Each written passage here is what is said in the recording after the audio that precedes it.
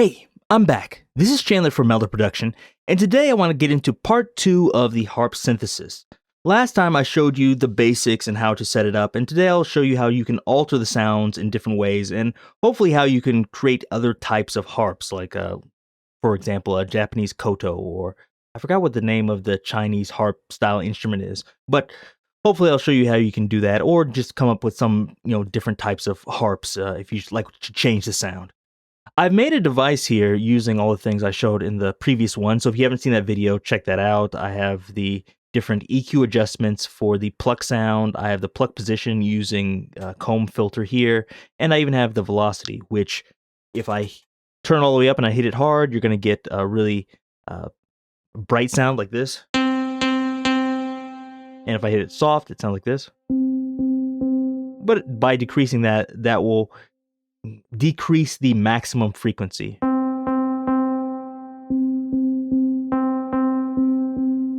Etc. So I think about here is good.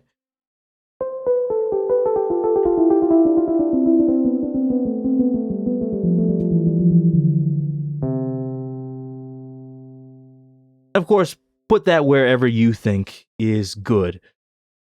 Let's get into some new stuff though. I want to go over the Combfilter again. I went over that briefly before.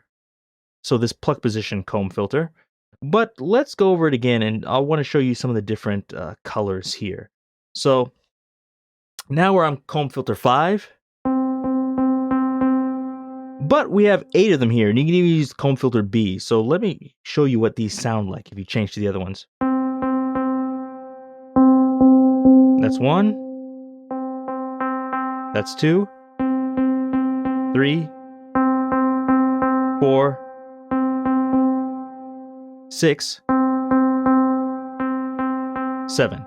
And of course, you can always change the pluck position, which will make a big difference too.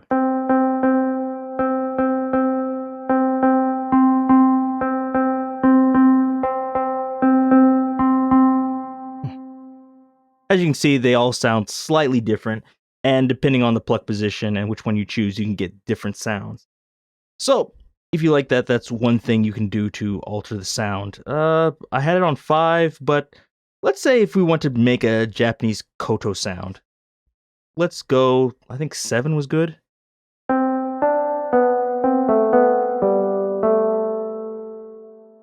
think that's sounding pretty good. One thing we might want to do is take this high pass filter and move it up. And the reason I do that is because if I play a low note like this, that's a lot of bass. But if we move it up here,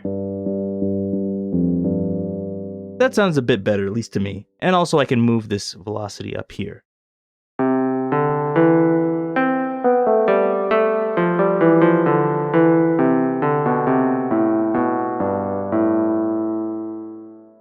Now, for me, that's sounding better. Now, let's do a few other things. In the resonator here, before I showed you how you can use the feedback to change how long it sustains, but also you can use this low pass filter to get a dampening effect. So if I move it all the way up, you'll get less dampening like this, like that, you heard that.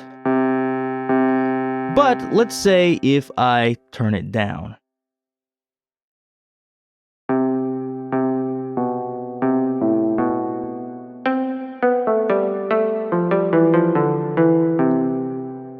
That might be what you want. You can set it however you want. If you turn it really far, it's going to have a real dampening effect like this. Which can be cool, but it sounds like a different instrument. Not what I want to do here. So let's set it maybe around 5,000.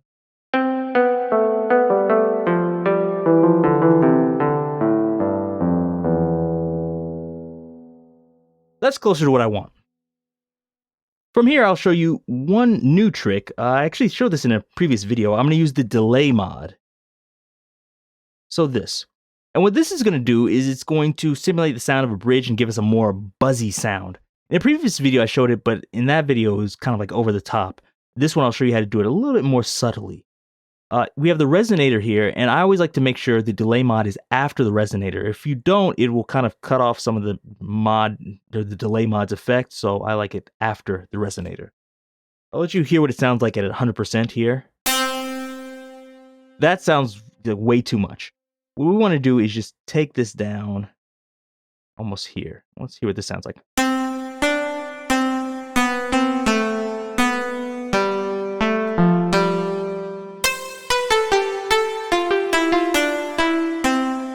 This still might be too much. I might put it around 15.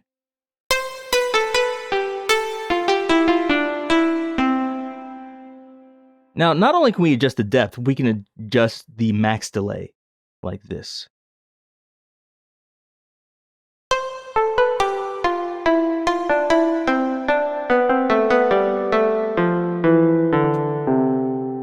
Now, I think that sounds good, but not really for this instrument. I want to move it someplace in between. Let's try it around like 5 or so.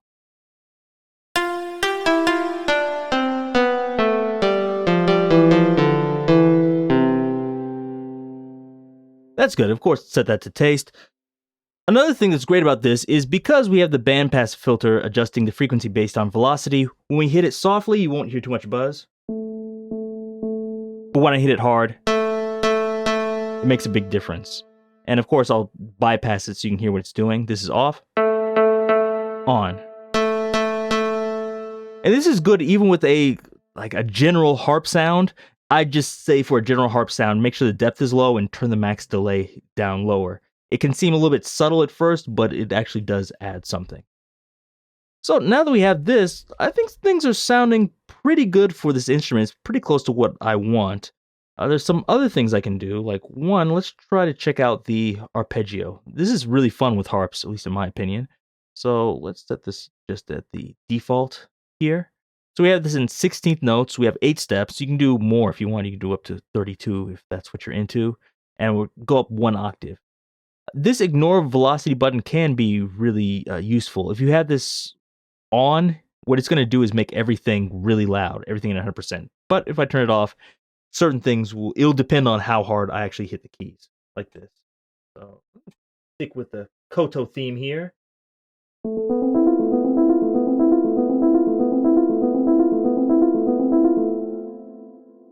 Let's do this one.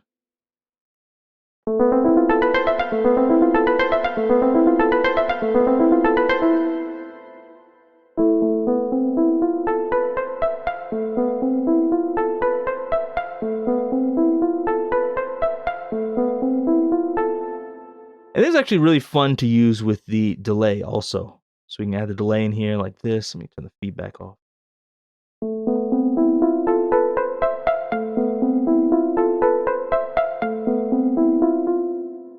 16th notes.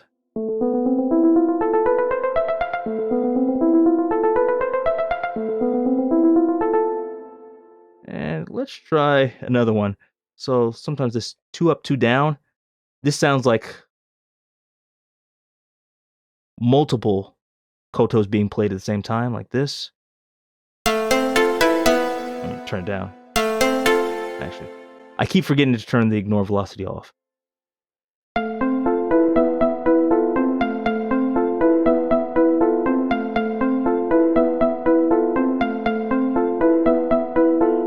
So that's a cool one you can do. Let's try it with a delay. This might be too much.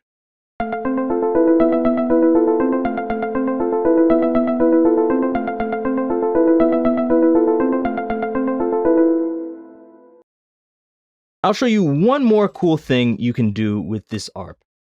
So here, I just have the up like this. So if I play it.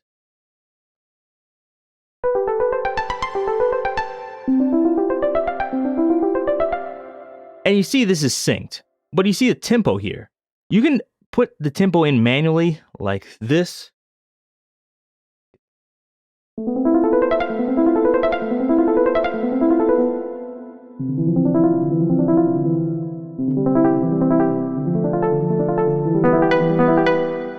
And the reason you might want to do this is you might want to do those harp flourishes. So here at 163 doesn't really sound like it, but turn it up like this. And of course you can just play it like chords up this way.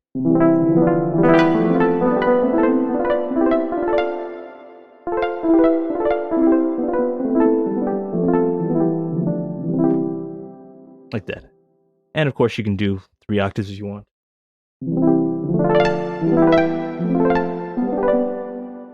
etc. So if you can play keyboard better than me, it'll sound better, but I hope you get the idea. That's a cool thing you can do with that. And of course, there's more things we can mess with here, but I just wanted to give you some ideas. Mess around with this. By using the different EQs and the comb filters, you can really alter that sound a lot. And don't forget to use this delay mod. That can really add some extra kind of like buzz or, an extra timbre that you don't normally get. I hope this has been useful to you. If you have any questions about it, leave them down below. If you like this, give me a thumbs up, and don't forget to check out all the other plugins at meldaproduction.com. Till next time, see you.